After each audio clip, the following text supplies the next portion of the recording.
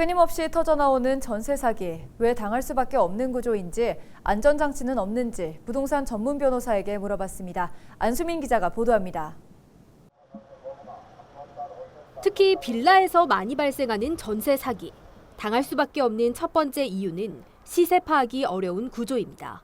아파트의 경우에는 KB부동산 시세라는 공신력 있는 사이트가 있어서 거기에서 미리 시세를 확인할 수 있는 반면에 빌라는 공신력 있는 사이트가 없어서 실제 시세를 확인할 수가 없습니다. 만약에 세입자가 전세 계약을 체결하기 전에 매매가랑 평균 전세가를 미리 확인할 수 있으면 이게 깡통 전세가 될 것이다, 안 될 것이다라는 미리 예견을 할 수 있는데 세입자가 주인이 바뀐 걸 알 수 없는 것도 문제입니다. 전세 계약, 깡통 전세 계약을 체결한 후에 자력이 없는 바지 명의자에게 이 소유권을 넘기게 됩니다. 여기서 문제는 그 건축주는 세입자에게 자기가 매매를 한다는 사실을 고지할 의무가 전혀 없기 때문에 세입자 입장에서는 추후에 갑작스럽게 자기가 살고 있는 빌라가 경매가 되거나 아니면 전세 계약이 만료되고 보증금 반환을 요청을 했을 때 그때서야 내가 지금 깡통 전세 사기를 당했구나 라고밖에 알 수가 없습니다.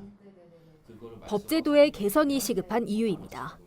입법을 통해서 이제 임대인이 전세 계약 기간 동안에 매매를 하게 된다면 세입자에게 매매를 할 것이다라는 것을 고지를 하고 세입자 입장에서는 그 고지를 받고 나서 내가 전세 계약을 계속 유지를 할지 아니면 자력이 있는 그 전 임대인에게 보증금을 반환을 받고 나가겠다라고 할 수 있는 그런 이제 해지를 할 수 있도록 하는 권리를 부여하는.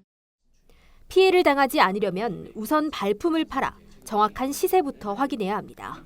아무래도 세입자분들은 구축보다는 조금 신축을 선호하는 경향이 있는데 신축이라는 특성으로 인해서 주변의 전세 시세보다 조금 더 높더라도 신축이니까 깨끗하고 시설이 좋으니까 라고 생각을 하시고 전세 계약을 체결하시는 경우가 많습니다. 일단은 먼저 주변에 있는 공인중개사 사무실을 좀 발품을 많이 파셔가지고 내가 계약하려고 하는 그 전세 계약의 전세가가 주변 신축 빌라 비교했을 때 평균이 되는지를 꼭 먼저 확인해 보셔야 되고 종종 신축 빌라라서 주변보다는 시세가 조금 비싸니 내가 전세 대출 이자를 조금 지원해 주겠다라고 하는 건축주 또는 공인중개 사무소의 중개 보조원들이 있습니다. 이럴 경우에는 차라리 계약을 안 하시고 피하시는 게 가장 좋습니다. 전형적인 깡통 전세 사기의 수법이기 때문에.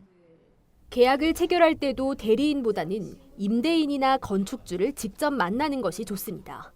신축 빌라의 경우에는 종종 건축주가 직접 오지 않고 위임장을 받은 위임이 오는 경우가 되게 많습니다.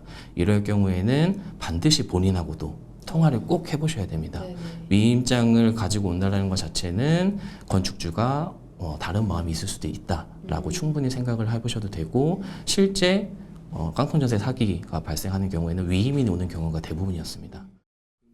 특약을 활용해 안전장치를 마련하는 것도 중요합니다.